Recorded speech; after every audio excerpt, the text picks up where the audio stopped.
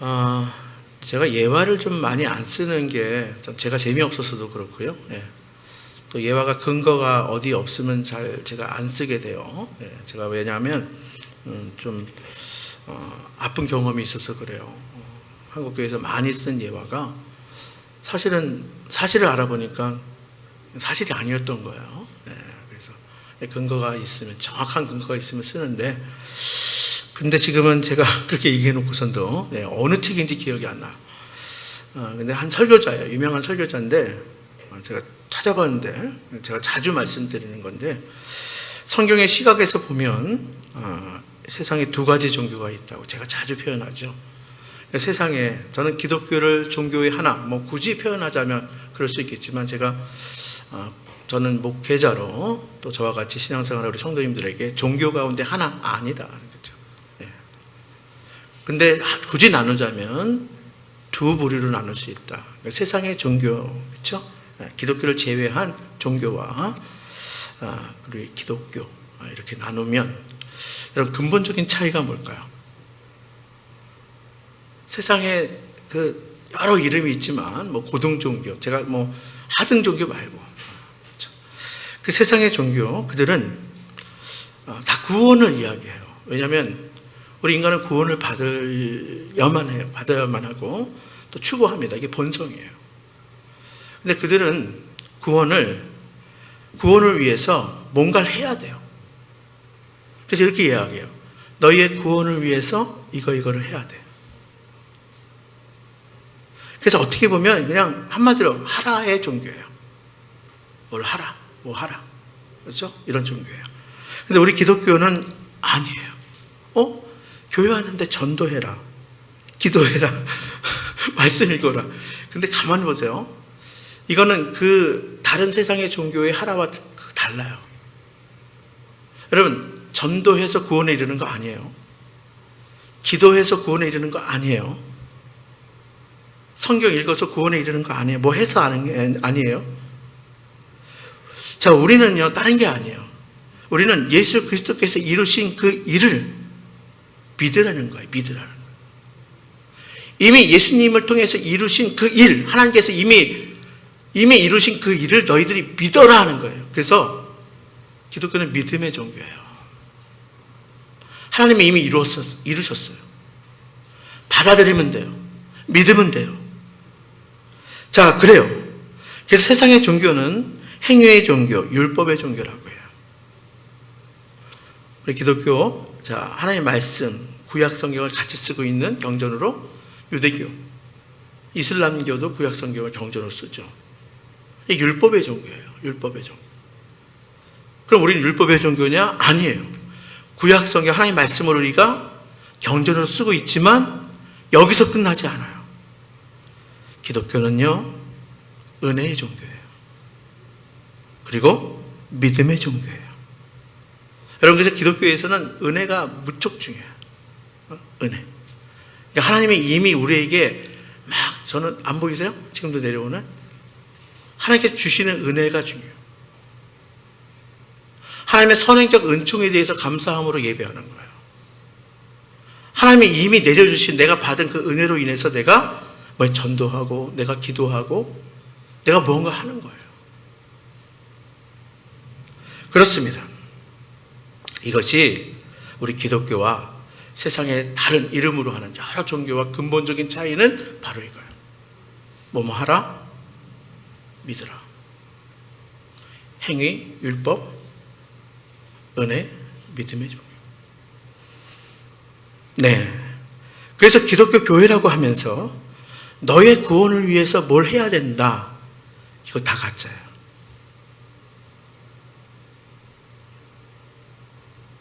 뭘 해야 된다. 뭐 그런 경우 많이 있잖아요. 그렇죠? 교회 간판 붙여놓고 너의 구원을 위해서 뭔가 부족해. 그래. 하나님의 은혜로 우리가 믿음으로 자, 그리스도인 되었어. 그런데 뭔가 부족해. 너의 구원을 위해서 뭔가 해야 돼. 그래서 이거 해. 그건 올바른 기독교가 아니에요. 세속적 가치와 보고를 위해서, 우리의 욕망을 채우기 위해서 무엇 하라고 강요한다면 이거는 기독교회가 아니라 그게 이단이고 그게 사입이에요.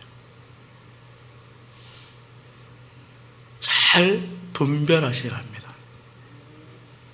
그러니까 우리가 내가 믿은 기독교 신앙 안에서 내가 속한 공동체 안에서도 혹시 과거에 이게 조금이라도 들어가 있으면 이게 악의는 아니지만 본의 아니게, 그렇죠? 기독교의 진리에서 조금 벗어나고 조금은 타협하고 오염된 거예요. 여러분, 목사님들과 그런 얘기예요. 이단과 교회는요, 자칫 잘못하면 이단되는 거예요. 백지 한 장 차에 멀리 있지 않아요. 정신 똑바로 차리지 않으면 목회자인 저도 또 성도들도 마찬가지. 최근에 우리가 미디어 매체를 통해서 이렇게 이단 이런 얘기, 저 말도 안 돼. 어처구니 없어. 어떻게 저렇게 빠질 수가 있어. 근데 거기 빠진 사람들하고 이야기해 보세요. 정말 진리같이 보인다는 거예요. 정말 길처럼 보인다는 거예요.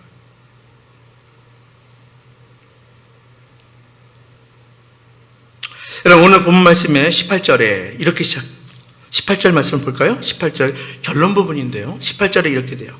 한번 읽어보겠습니다. 시작. 너희가 알거니와, 이렇게 시작해요. 너희가 알거니와, 그렇죠? 여러분, 너희가 알거니와 이 말은 뭐냐면 하나님께서 우리를 위해서 이미 이루어주신 그 모든 일들을 너희가 이미 안다는 거예요. 여기서 출발하는 거예요. 너희가 알거니와, 하나님이 우리의 구원, 우리를 위해서 이루시려고 하는 그 일을 이미 너희가 알고 있다는 거예요. 우리의 지식과 구원은 예수 그리스도께서 이미 이루어주신 그 일, 2000년 전 이 땅에 오셔서 이미 이루어주신 그 일, 이것을 무엇인가, 이것을 아는 것에서 출발하는 게 우리의 믿음이에요. 알면서 출발하는 거예요. 구약에는 그래서 하나님께서 우리에게 다른 거 요구하지 않고 가장 중요한 게 뭐냐면 하나님의 백성들에게 하나님을 알길 원한다. 이 정도가 아니라 힘써 알기를 원한다는 거예요. 근데 2000년 전에 예수님께서 오셔서 이미 다 이루셨어. 여러분, 기독교 신앙은 다른 거 아니에요? 그 이루신 일을 아는 것에서 너희가 알거니와. 여러분, 기독교 신앙에 저는요 가장 정말 위험한 게 뭐냐면 반지성주의예요. 몰라도 된다는 거예요. 그래서 따라오면 된다는 거예요. 그래서 되게 사이비 교주가 그렇게 해요.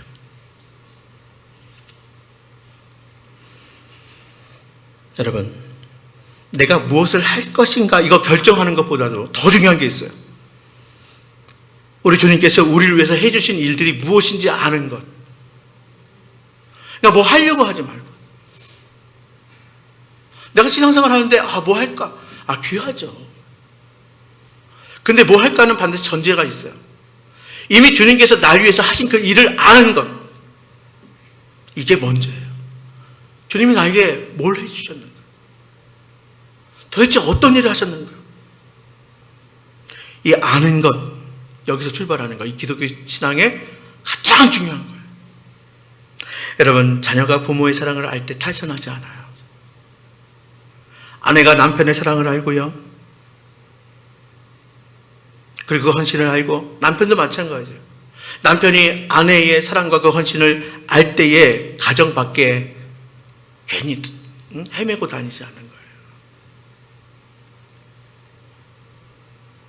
여러분, 성도도 마찬가지예요.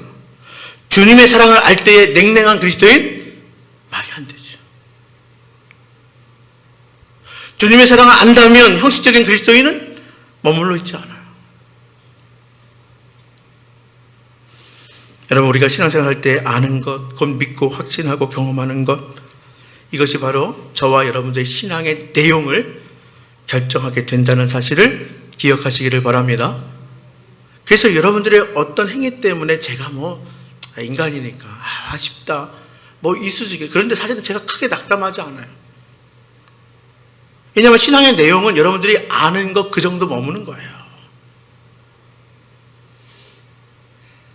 여러분들이 아는 것, 믿는 것, 확신하고 경험하는 것, 거기에 머물러 있는 게 우리의 신앙의 생활이에요. 여러분, 신앙의 박해 가운데서 나그네처럼 각 지방으로 흩어진 초대교회, 사실은 고대교회, 이게 더 정확해. 2000년 전. 이 초대교회 성도들이 어떻게 그렇게 믿음을 지켰을까요? 어떻게 믿음 안에서 승리할 수 있었을까요? 기쁨으로 승리할 수 있었을까요? 환경이 좋았어요? 그렇지 않아요. 지금 우리가 조금 더우면 힘들잖아요. 환경이. 집이 얼마나 좋아. 근데 제가 어릴 적만 해도요, 정말 우리 부모님들은요, 천막에 사각개장 놓고 가만히 깔고 예배 드렸어요.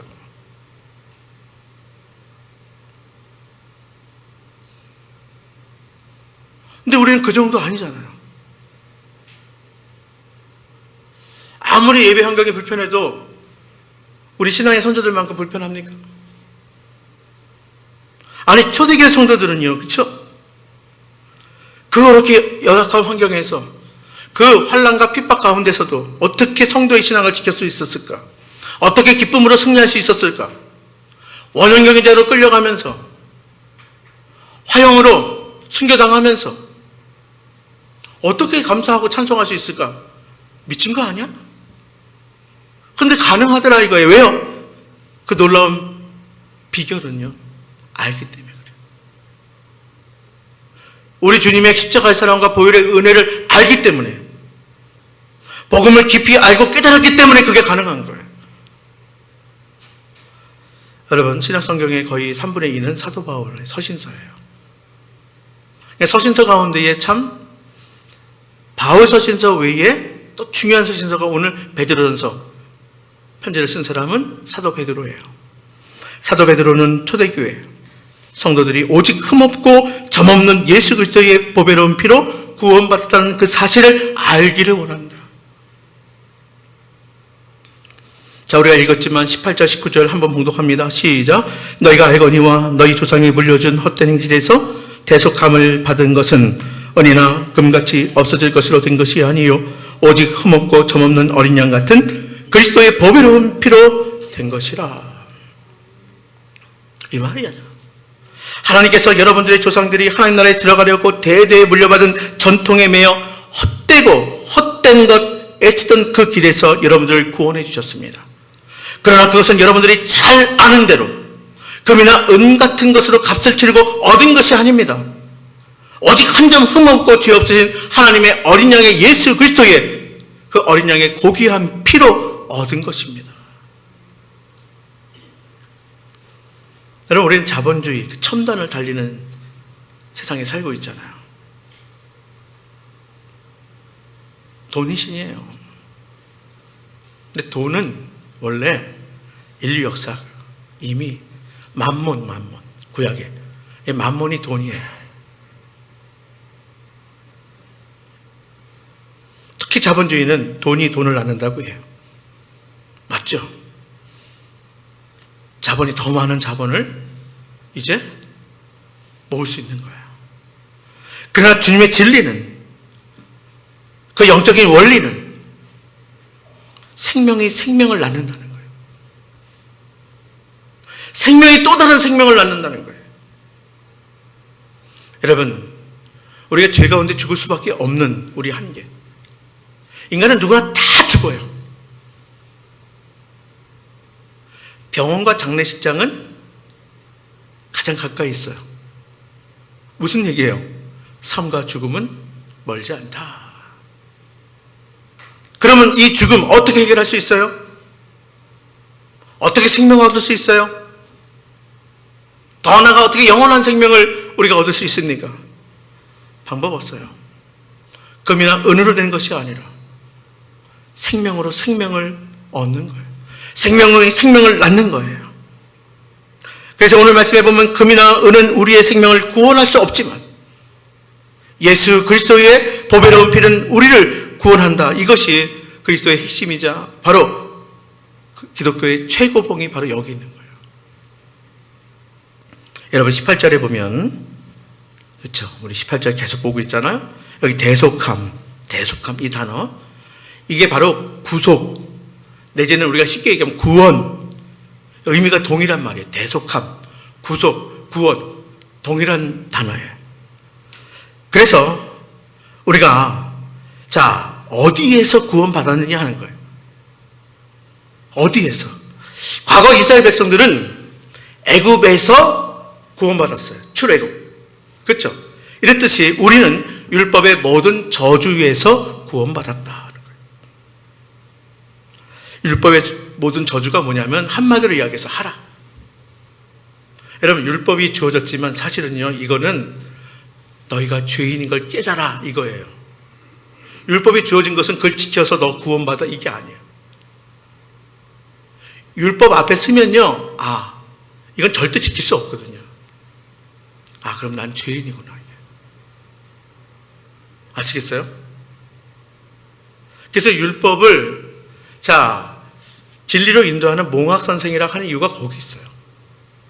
그래서 우리가 율법의 모든 저주에서 구원받았다는 것, 율법의 조항 하나라도 어기는 자는 율법을 깨트리는 자로 율법의 저주를 면할 수 없었어요. 그러나 예수 그리스도께서 십자가를 대신 지시고 율법의 모든 의무를 이루어 주셨기 때문에 우리는 율법의 모든 저주에서 해방되게 되었다. 구원받게 되었다. 이게 핵심이에요. 이제 우리는 저주의 대상이 아니라 하나님의 은혜의 대상이 되었다. 우리는 죄와 형벌에서 이제 노임받아 해방되었다. 여러분, 노예, 종. 노예와 종은요, 매여 있는 거 아니겠습니까?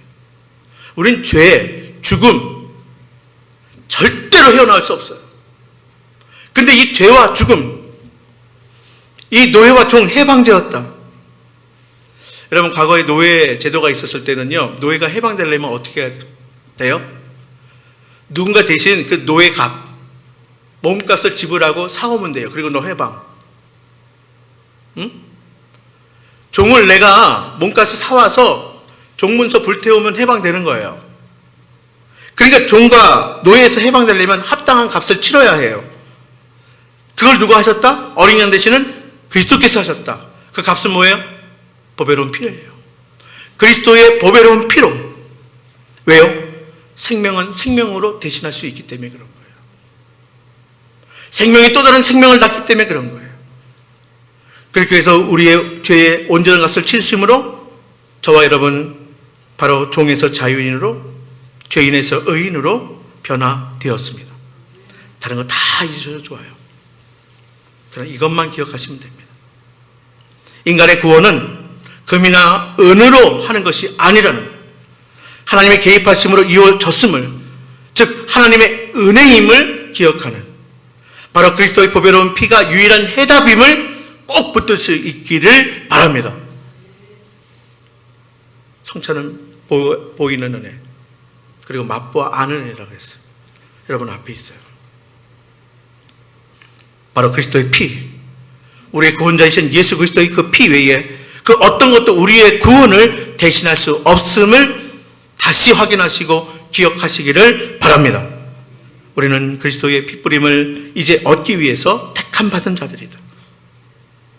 이미 우리가 베드로전서 1장, 그 앞에 1장 2절에 보면 이렇게 시작해요.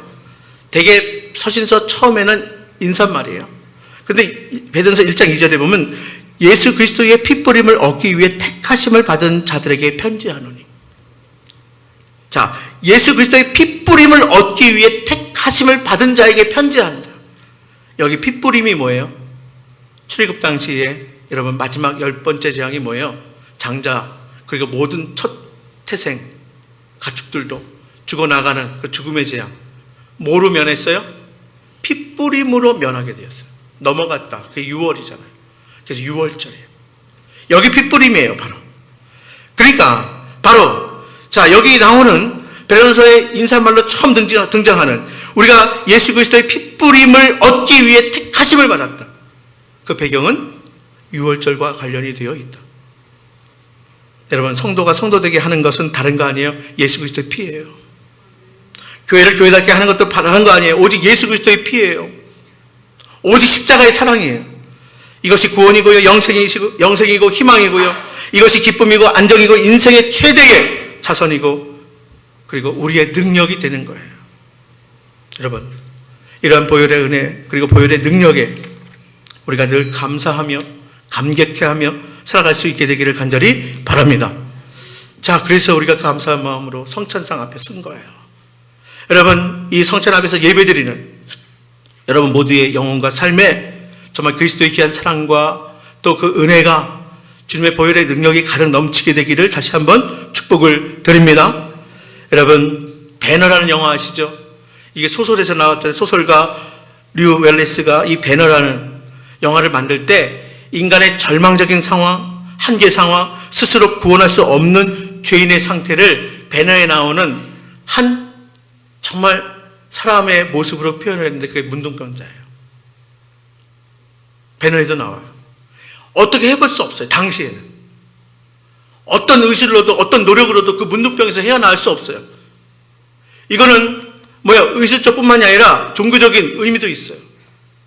가족으로부터 사회로부터 공동체도 격리당합니다.